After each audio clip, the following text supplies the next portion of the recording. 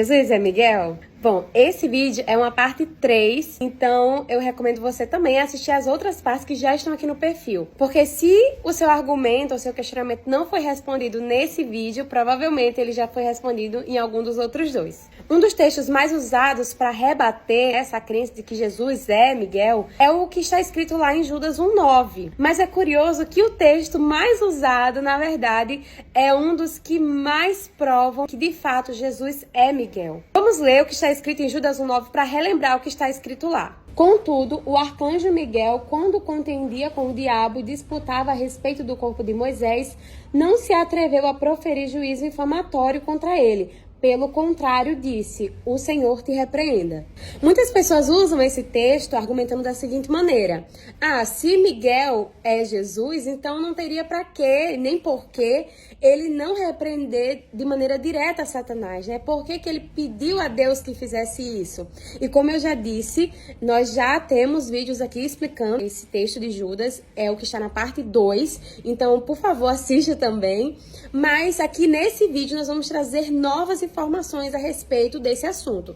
Então vamos ler o que está escrito em Zacarias capítulo 3, versículos 1 e 2. Deus me mostrou o sumo sacerdote Josué, o qual estava diante do anjo do Senhor, e Satanás estava à mão direita dele para se lhe opor.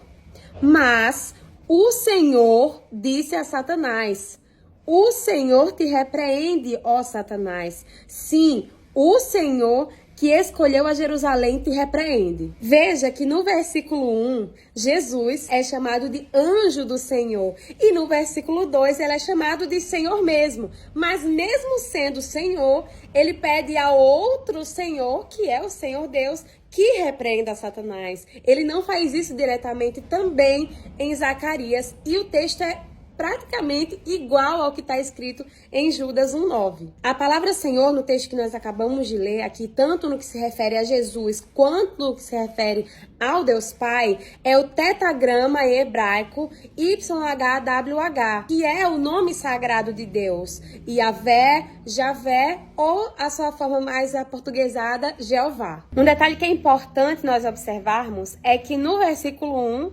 Jesus é chamado de anjo do Senhor, e no versículo 2 é chamado de Senhor mesmo. É tanto que no original, ali nós temos a palavra Yahvé, né, que é o nome sagrado de Deus, como eu já expliquei anteriormente. E no versículo 2, o próprio Deus Filho pede ao Deus Pai que repreenda Satanás, da mesma maneira que é relatado em Judas 1:9. Os textos são iguais. Essa maneira dos dois membros da divindade se comunicarem, né, de o Senhor dizer ao Senhor, nos faz lembrar o que está escrito em Salmos 110, no versículo 1.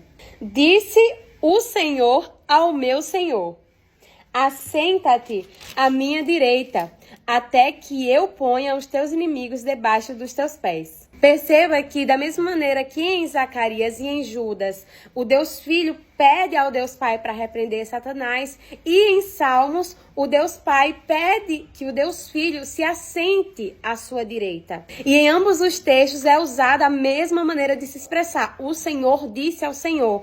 Porque, apesar de serem pessoas distintas, ambos são membros da mesma divindade e ambos são Deus em toda a sua plenitude. Agora, voltando um pouco para o que está escrito no versículo 1 do capítulo 3 de Zacarias, onde nós vemos o Yahvé chamado no capítulo 2, mas no versículo 1 ele é chamado de anjo do Senhor. Então vamos ver em outras partes da Bíblia algumas atividades desse anjo do Senhor. Em Êxodo 3, a partir do versículo 2 até o 6, nós lemos o seguinte: apareceu-lhe o anjo do Senhor numa chama de fogo, no meio de uma sarça. Veja que o anjo ele está aparecendo no meio da sarça.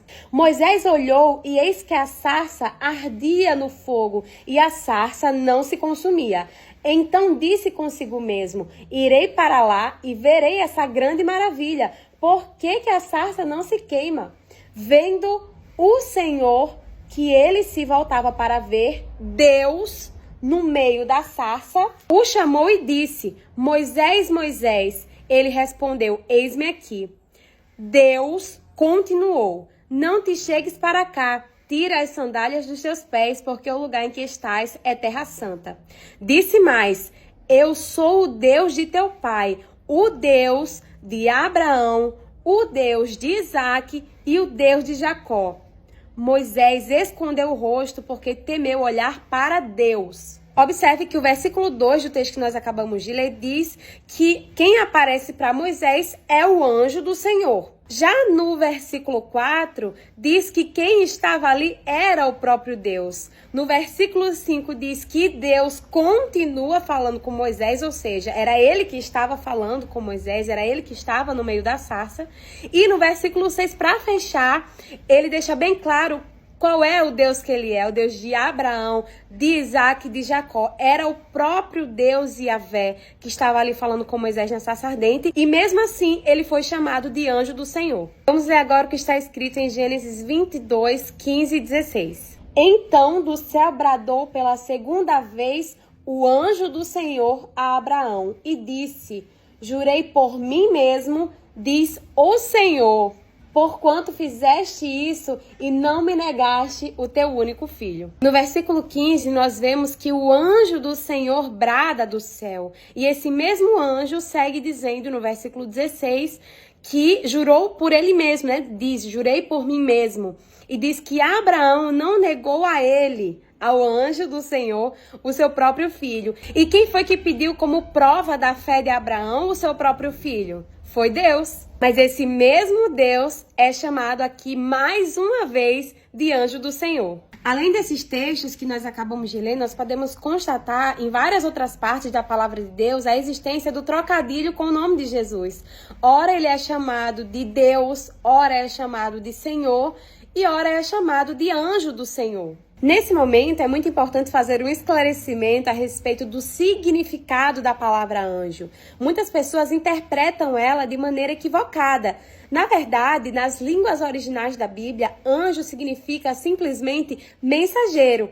E esse mensageiro pode ser uma criatura ou não. Como no caso de Jesus, que é chamado de anjo do Senhor, não porque ele é uma criatura, mas sim porque ele é um mensageiro do Senhor Deus Pai. Até porque a Bíblia deixa bem claro que Jesus não é um ser criado, ele é criador, ele é antes de todas as coisas e sem ele nada do que foi feito se fez. Vamos ler o que está escrito em Colossenses 1, 16, 17? Pois nele foram criadas todas as coisas, nos céus e sobre a terra, as visíveis e as invisíveis, sejam tronos, sejam soberanias, quer principados, quer potestades, tudo foi criado por meio dele e para ele. Ele é antes de todas as coisas, nele tudo subsiste. Hebreus 2,17. Por isso mesmo, convinha que em todas as coisas se tornasse semelhante aos irmãos, para ser misericordioso e fiel sumo sacerdote nas coisas referentes a Deus e para fazer propiciação pelos pecados do povo. Veja que Jesus ele não se incomodou e não se incomoda em se fazer semelhante às suas criaturas. Ainda que ele não seja uma criatura, ele sim se faz semelhante a elas. Jesus é tão humilde e se identifica tanto com suas criaturas que chegou até lavar os pés dos próprios discípulos. E lavar os pés naquela época era um sinal de muita humilhação. O servo mais simples, o mais humilde é que lavava os pés dos senhores. E ele se colocou nessa posição. Isso mostra que Jesus não se incomoda em ser comparado a arcanjo, a anjo, a ser humano ou até mesmo a um animalzinho como um cordeiro. É importante destacar nesse momento que quando nós afirmamos que o arcanjo Miguel é Jesus, nós não estamos querendo dizer que Jesus é um ser criado. Da mesma forma que João Batista, quando apresentou Jesus como Cordeiro de Deus, que tira o pecado do mundo, ele não estava querendo dizer que Jesus era um animalzinho de Deus. Quando a Bíblia usa essa nomenclatura arcanjo para se referir a Jesus, ela está querendo dizer que Jesus é o primeiro dos mensageiros de Deus, porque a palavra arque vem de primeiro e anjo é mensageiro. Então, arcanjo seria primeiro mensageiro.